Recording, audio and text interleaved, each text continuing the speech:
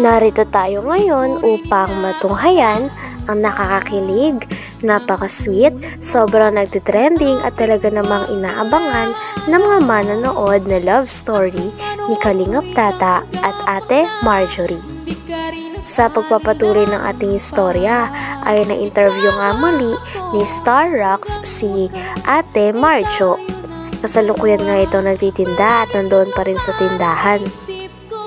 Tinanong nga ni Star Rocks si Ate Marjo kung ano na ang nararamdaman nito, lalo na't nalaman nga nila na si Kalingap Tata pala ay talagang tuloy na sa kanilang love team at si Kalingap Rab naman ang magiging direktor nila.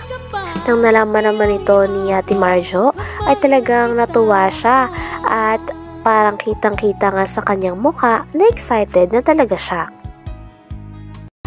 Sino pa? Ikaw panganay? Wala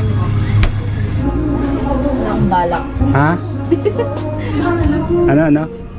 Wala akong balak. Wala akong balak kasi siyempre di naman habang buhay kasama yung mga magulang. Diba?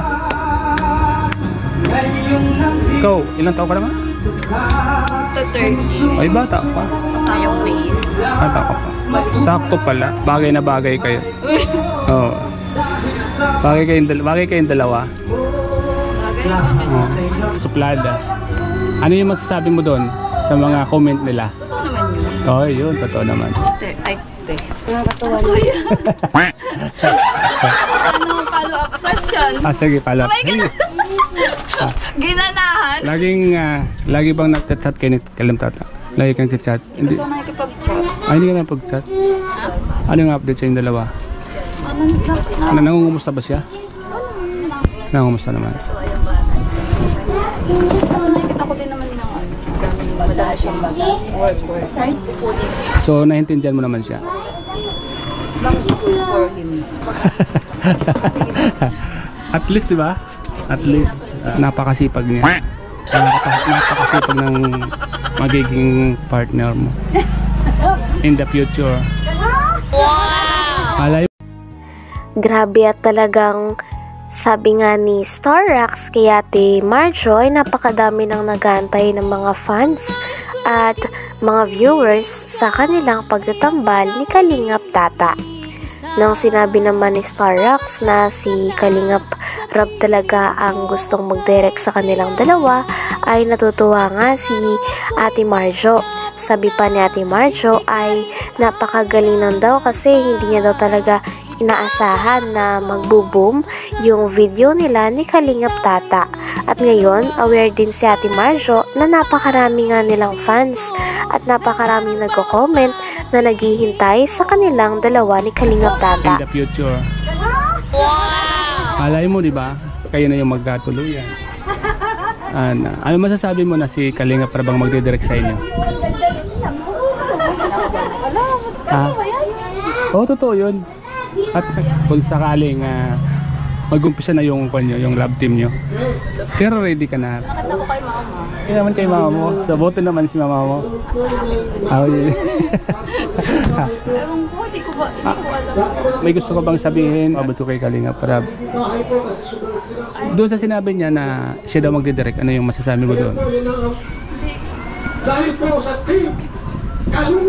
Oh, siya talaga yung nagdidirect sa lahat ng mga love team ng Kalingap. Ito na yung break, ito mo madidirect ng talent ka or naman ng puso mo, doon mo makikita.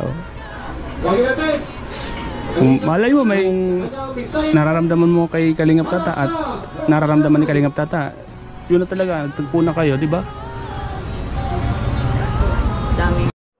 Dito pa ay pinag-usapan nga ni Ate Marjo at Star Rocks TV ang talagang kagalingan ni Kalingap Tata sa pagkanta pati na rin sa pagsayaw. Sabi nga ni Ate Marjo ay napanood niya nga daw talaga ang mga kanta at ang mga sayaw na ginagawa ni Kalingap Tata. Kaya doon pa lang ay masasabi na talaga nilang napaka-talented ni Kalingap Tata. Syempre talagang kinilig din nun si Ate Marjo at kitang-kita na namamangha din siya sa kagalingan at mga talent ni Kalingap Tata. Talagang tuloy na rin ng Marta dahil go na din daw si Ate Marjo sa love team nila. Kailan ito magsisimula? Oh, sila na nga yung nagpapahanap kung kailan magsisimula. Masyado nang madaming nanonood. Marami na talaga, marami na. Di ba nakita mo ano? Oo na. Marami nag-aabang sa inyo. Yun na nga eh. Hindi ko alam na mag-boom yan. Sobrang sikat na kayo. Ay, kay Kuya, ano yun, di ba? Kay Red Shane. Saka yung sa akin, nakita mo rin. O, di ba? Yung last na interview ko sa'yo. Maraming nag-aabang, di ba? Nakakaano naman kasi, pati nakaharana. Parang boses niya. Oh, magaling. Uy, magaling yun siya. Kalingap tata. Magaling sa kanta, magaling sa sayaw. Napanood din po kanya? Mayaw din. Magaling sa mayaw, magaling kumanta. Magaling pa mag-direct. Mo yung Kumakanta siya. si Kalingap tata.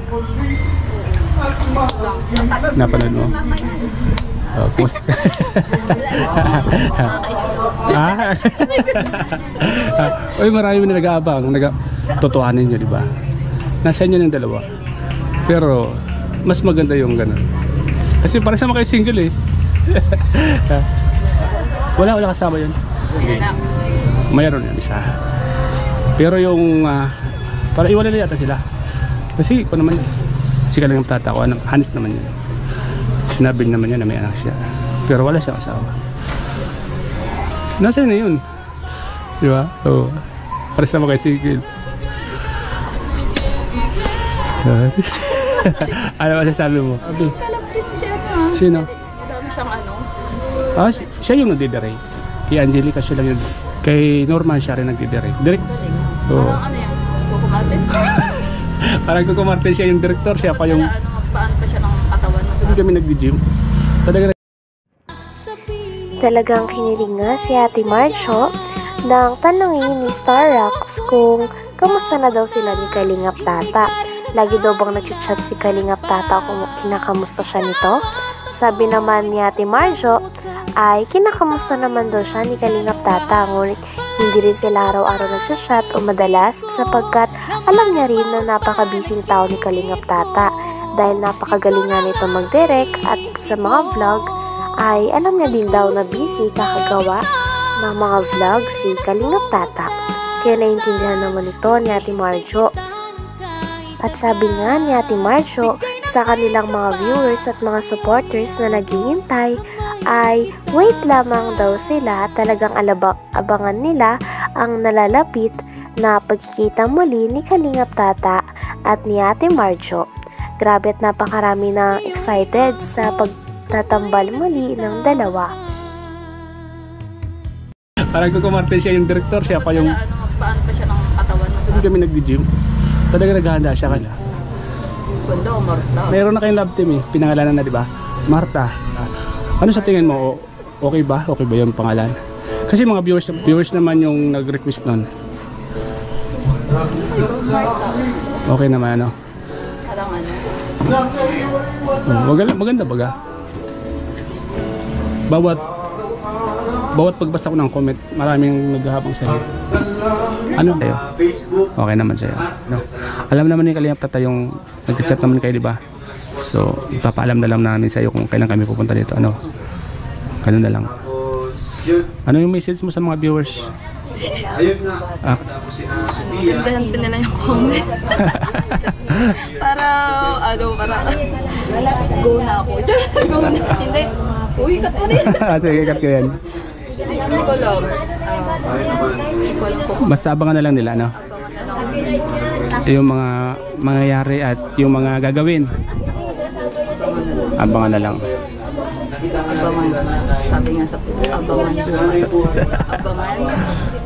Next month? Abangan. Kasi si Kalingap tata excited na. At kami lahat, at lalong lalo yung mga viewers, excited na silang mapanood yung unang tambalan nyo. Masimulan na para tuloy-tuloy na yung saya, di ba? Huwag mong pansinin yung mga bad comment. At sila, wala naman silang may tutulong, di ba? Hanggang dito na lamang muna ang ating nakakakilig, napaka-sweet at talaga namang sobrang nagtitrending na istorya ni Ate Marjo at ni Kalingap tata. Maraming salamat sa inyong panonood. Hanggang sa muli. Bye!